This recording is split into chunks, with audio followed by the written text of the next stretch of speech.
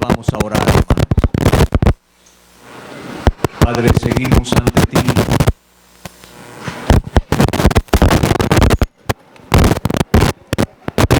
Con nuestros ojos en Él, en las heridas que lleva su cuerpo en gloria. Él dijo, y yo si fuere levantado a todos atraeré a mí mismo. Hemos sido atraídos a Él para salvación y santificación. Te damos las gracias por sus triunfos. Él nos reveló a ti cuán grande eres tú, oh Dios, cuán grande es tu amor, cuán grande es el sacrificio de Él y cuán inmensos son los alcances, los resultados de la obra de la redención.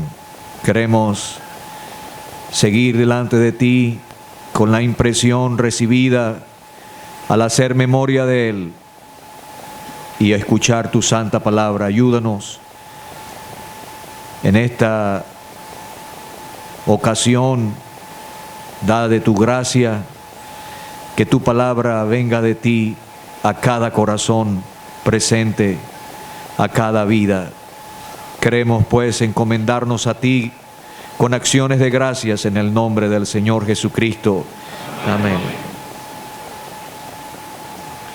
Quiero leer las referencias al Hijo de Dios en la epístola a los Romanos.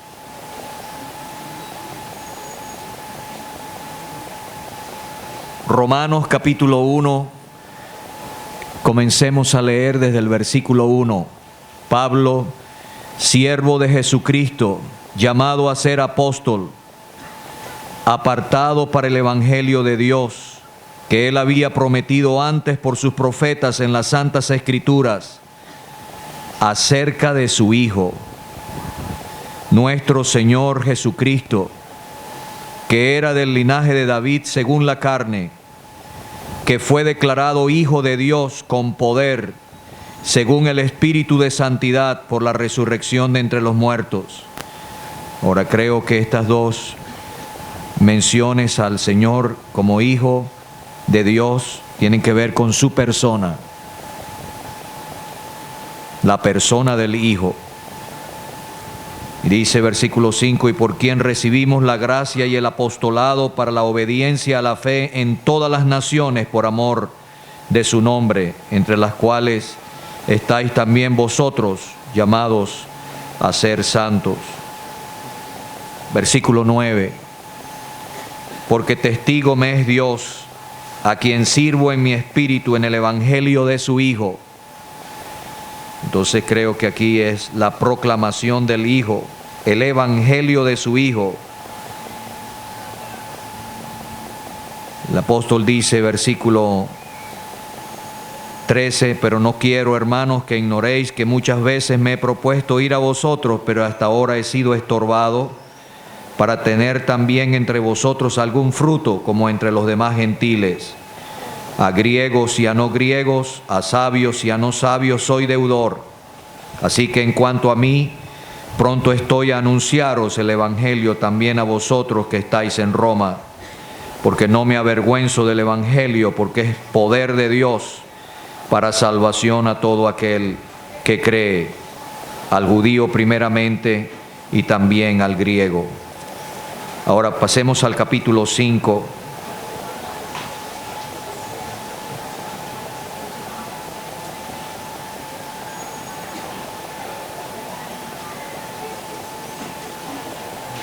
Versículo 6, porque Cristo, cuando aún éramos débiles, a su tiempo murió por los impíos. Ciertamente apenas morirá alguno por un justo. Con todo, pudiera ser que alguno osara morir por el bueno, mas Dios muestra su amor para con nosotros, en que siendo aún pecadores, Cristo murió por nosotros. Pues mucho más, estando ya justificados en su sangre, por él seremos salvos de la ira. Porque si siendo enemigos fuimos reconciliados con Dios por la muerte de su Hijo, mucho más, estando reconciliados, seremos salvos por su vida. Aquí tenemos la provisión por el Hijo, un sacrificio infinito por el valor infinito de su persona. Ahora pasemos al capítulo 8, versículo 28. Y sabemos que a los que aman a Dios, todas las cosas les ayudan a bien, esto es, a los que conforme a su propósito son llamados. Porque a los que antes conoció, también los predestinó para que fuesen hechos conformes a la imagen de su Hijo, para que Él sea el primogénito entre muchos hermanos. Entonces aquí tenemos el propósito en el Hijo. Dios tiene un propósito de conformarnos a la imagen de su Hijo en una forma permanente y perfecta. Versículo 30, y a los que predestinó, a estos también llamó. Y a los que llamó, a estos también justificó. Y a los que justificó, a estos también glorificó. ¿Qué pues diremos a esto? Si Dios es por nosotros, el que no escatimó a su propio Hijo, sino que lo entregó por todos nosotros, ¿cómo no nos dará también con Él todas las cosas? Aquí está la prueba de parte de Dios de que Él está por nosotros y Él va a cumplir sus propósitos eternos. ¿Quién acusará a los escogidos de Dios? Dios es el que justifica. ¿Quién es el que condenará? Cristo es el que murió, más aún el que también resucitó, el que además está a la diestra de Dios, el que también intercede por nosotros. ¿Quién nos separará del amor de Cristo? Vamos a dejar la lectura hasta allí, confiando que el Señor prosperará su palabra en nuestros corazones. Empezamos esta conferencia siendo animados a levantar nuestros ojos arriba. Y estamos agradecidos al Señor por la ayuda que ha dado a sus vasos para llevarnos a Él, al Señor Jesucristo. Como hemos estado diciendo en esta conferencia, la carta a los Romanos tiene sus divisiones propias que uno consigue. Hay una parte doctrinal después de la introducción, una parte doctrinal, la doctrina del Evangelio. Entonces, hay una parte dispensacional y capítulo 12, como si fuera el Espíritu Santo diciendo, muestra el Evangelio. Muchas veces la gente no entiende muy bien la doctrina, pero sí entiende muy bien la vida de los que son salvados. Eso hace efectivo el Evangelio. Entonces es la parte devocional. En la primera parte doctrinal, Cristo es el sacrificio. Uno puede pasar muchos minutos hablando de eso. La segunda parte dispensacional, Él es llamado allí libertador. Cristo es la salvación. Todo Israel será salvo. Y entonces cita la Escritura, vendrá de Sión el libertador, el Salvador. Y entonces en la otra parte, por ejemplo, llega al capítulo 14 y todo es con el Señor. Él es el sustentador. Él es el motivador de la vida. Aún el débil que no come algo que otro fuerte puede entender, tenemos libertad de hacerlo, pero Él lo hace para su Señor. Todo es Él. La vida rica, abundante, es Él. Pero es precioso considerar las menciones a Él como hijo, llamado su hijo, hijo de Dios, su propio hijo. Él es la posesión más preciosa que el Padre tiene.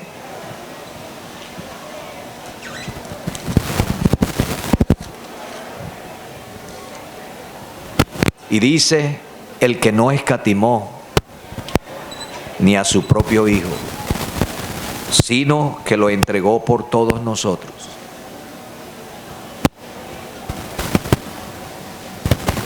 Hace muchos años estaba con unos creyentes, unos santos, una asamblea por allá lejos, en el norte, y pidieron un himno para comenzar la cena del Señor. Débilmente tenemos una traducción, no se puede traducir muy bien poema, y yo estaba muy feliz cuando apareció en nuestro himnario, congregados en tu nombre, pero las palabras textuales es difícil traducir poema, pues. Pero creo que dice más o menos textualmente así: congregados en tu nombre. Me olvido, pero exactamente las palabras, pero dice: amados con un amor que no conoce medida, salvo el amor del Padre para ti. Hasta allí llegué yo, quedé impactado. La magnitud del amor del Padre para nosotros solo puede ser comparado con el amor del Padre para Él. Así nos valoró Dios. No escatimó ni a su propio Hijo, sino que lo entregó por todos nosotros. Con razón el apóstol, al llegar a la parte práctica, experimental, él dice: os ruego por las misericordias de Dios que presentéis vuestro cuerpo en sacrificio vivo. Uno no va al altar para poner un brazo nomás. Toma, Señor, este brazo, pero esto lo dejo para mí. Estamos viendo mucho mundanalidad en la forma de vestir de algunas creyentes.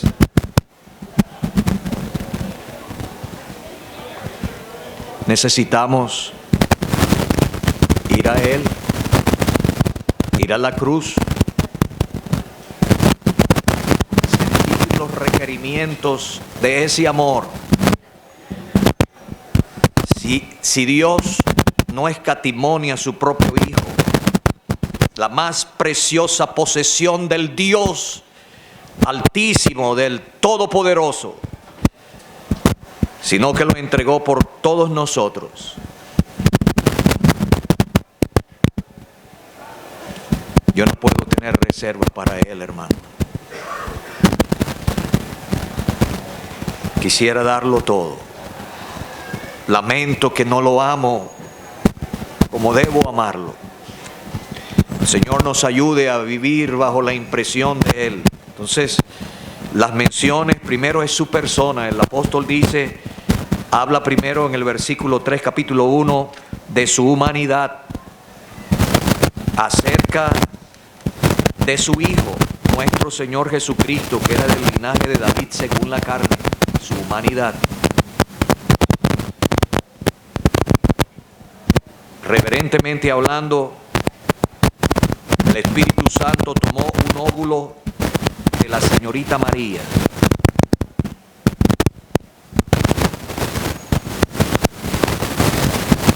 Estoy hablando con temor y temblor. El Espíritu Santo vendrá sobre ti.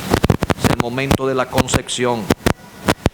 Y el ángel Gabriel le dijo, usando el mismo verbo,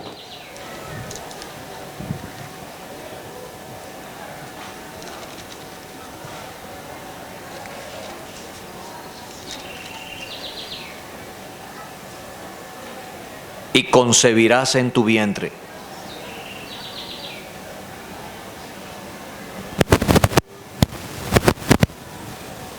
Y entonces cuando se refirió a Elizabeth, dijo, he aquí tu pariente Elizabeth, ella también ha concebido hijo. El mismo verbo, el mismo proceso natural, solo que sin intervención de hombre. Él llevaba la carga genética de María, de David, y Lucas, que presenta su humanidad en la genealogía por el lado de María, dice, hijo de Adán, hijo de Dios. Tenía que ser un hombre para poder ser nuestro Redentor, un hombre, un ser humano, para poder ser nuestro representante como gran sumo sacerdote, como lo es hoy, para poder reinar, para poder regir. Tenía que ser un hombre, su humanidad, su perfecta humanidad.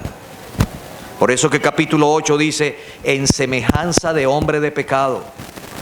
Él no tenía una aureola de gloria, él no tenía nada que lo hacía sobresalir. Su aparición, según Isaías, capítulo 53, no hay parecer en él, ni hermosura, nada que lo hiciera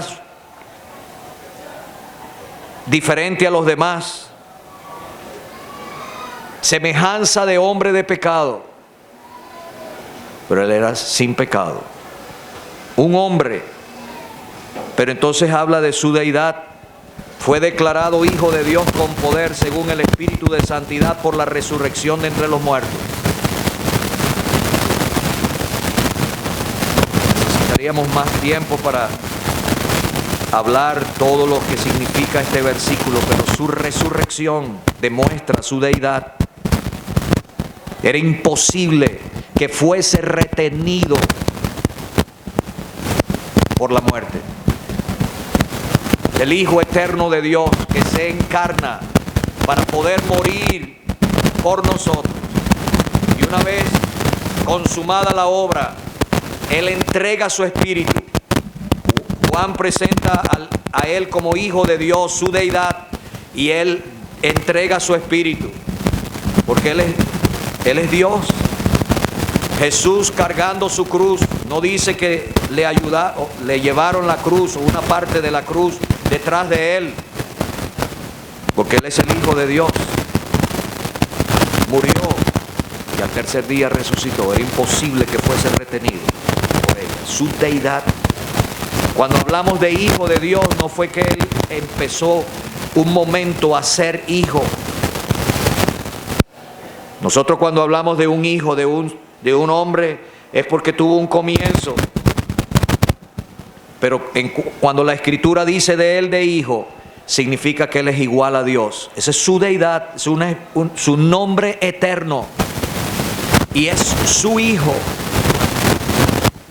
su propio hijo, su unigénito, porque su relación como hijo es eterna, es esencial y es exclusiva de Él. Por eso Él dijo, subo a mi Padre y a vuestro Padre, a mi Dios y a vuestro Dios. Él nunca oró diciendo Padre nuestro, porque Él como hijo es eternamente hijo. Hay unos por allí que están diciendo que en algún momento de la eternidad Él emanó del Padre. Esa es falsa doctrina, porque todas las referencias a su eternidad, en el principio, el Logos era con Dios y Dios era el Logos, el verbo, la palabra. Entonces, su persona, la majestad de esta persona, dos naturalezas en una sola persona. Dios, hombre. Qué maravilla, qué persona tan majestuosa, sublime y singular.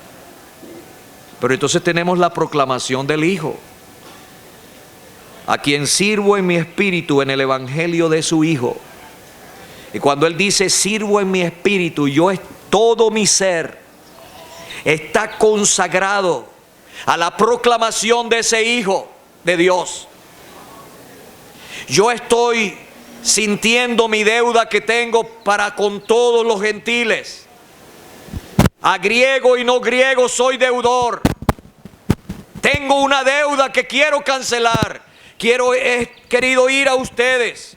Yo estoy presto para predicarle el evangelio a ustedes, ir a Roma. He sido impedido. Ese es el tema del evangelio. Hermanos, la proclamación del Hijo. Nuestra proclamación, cuando procuramos proclamar, heraldizar, presentar el evangelio, debe ser más cristocéntrica. Muchas veces en mi mensaje queda 1, 2 o 3 minutos al final que hablamos de Él, de su muerte en la cruz, de su resurrección. Como estaba contándonos un hermano, estaba predicando creo que con Gerardo Palacio allí en Comunidad Simón Bolívar, y el doctor Thompson llegó, después no quiso predicar. No, ustedes estaban a predicar. Entonces después, cuando él estaba saliendo de la reunión, él le dijo, muy bien su predicación, pero le faltó resurrección.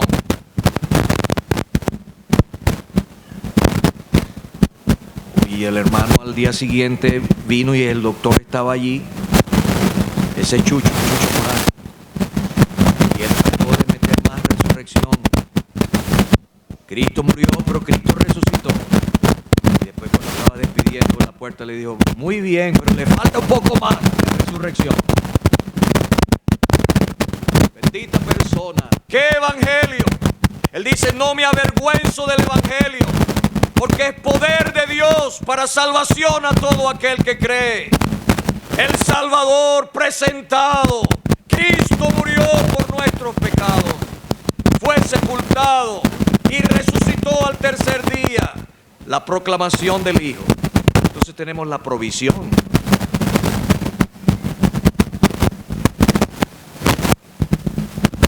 Siendo enemigos, fuimos reconciliados con Dios por la muerte de su Hijo. Ese solo sacrificio ha hecho una provisión a nuestros pecados. En una primera parte de Romanos, Él presenta los pecados en plural. Acusa a todo el mundo bajo pecado. Todo el mundo queda con el justo rostro. Allí llega el juicio que se sigue en el proceso judicial. Siempre, normalmente hay un lugar para los que defienden al acusado. Allí no hay defensa posible. No hay nada que argumentar. No hay justo ni aun uno. Todos pecaron y están faltos de la gloria de Dios. No completan la medida de su gloria. Todos. No hay ningún argumento. Bajo el juicio de Dios. Y entonces él usa el lenguaje del santuario. Es la propiciación. Dios lo puso a él como propiciación en su sangre. No sé si ustedes se fijaron el viernes por la noche cuando nuestro hermano estaba leyendo. Él leyó propiciación en su sangre por medio de la fe. Porque en esta versión está propiciación por medio de la fe en su sangre. La propiciación es en su sangre. Ese es el lenguaje del santuario, del templo, del tabernáculo. Entonces usa el lenguaje del mercado de esclavos mediante la redención que es en Cristo Jesús. Y entonces usa el lenguaje de una corte, de un tribunal, siendo justificados gratuitamente por su gracia. Pero entonces en el otro lado, capítulo 5, versículo 12, él habla de el pecado. El pecado entró en el mundo por un hombre, por el pecado la muerte. La muerte pasó a todos los hombres por cuanto todos pecaron. Entonces, en cuanto a los pecados en plural, dice su sangre. Pero cuando habla del pecado como principio de maldad que tenemos todos, lo que yo he hecho, he pecado 1000 veces 1000. Lo que yo soy, un pecador delante de Dios, es por la muerte de Cristo. Capítulo 8, él dice, lo que era imposible para la ley por cuanto era débil por la carne, Dios enviando a su Hijo en semejanza de carne de pecado, y a causa del pecado condenó al pecado en la carne. O sea, hay una provisión para lo que yo he hecho y para lo que yo soy en el sacrificio de Cristo. Debo terminar, que tenemos que dejar lugar para los hermanos que va a leer la relación, pero hay un propósito de Dios, conformarnos a la imagen de su Hijo. Esa es la conformación final, plena y permanente. Hasta nuestro cuerpo va a ser transformado semejante al cuerpo de la gloria de Él. Va a haber una conformación externa. ¿Cómo será eso? Para que Él sea el primogénito, el principal entre muchos hermanos. Hay un pueblo celestial. Tiene privilegios que Israel y los patriarcas no tienen. Para la gloria. Estamos glorificados. A estos glorificó.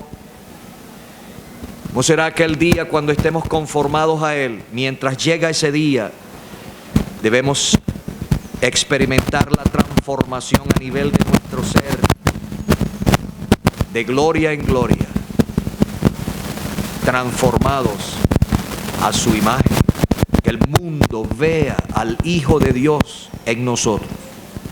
Pero va a llegar el día que hasta nuestro cuerpo va a ser transformado a un cuerpo semejante al cuerpo de la gloria suya.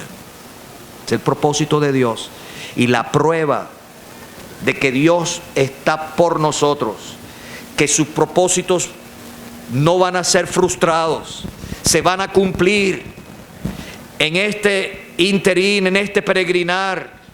Todas las cosas nos ayudan a bien. La prueba es que Él no escatimó a su propio Hijo. Dio el don que incluye otro don. Si Él dio a su Hijo por nosotros, ¿cómo no nos dará con Él todas las cosas?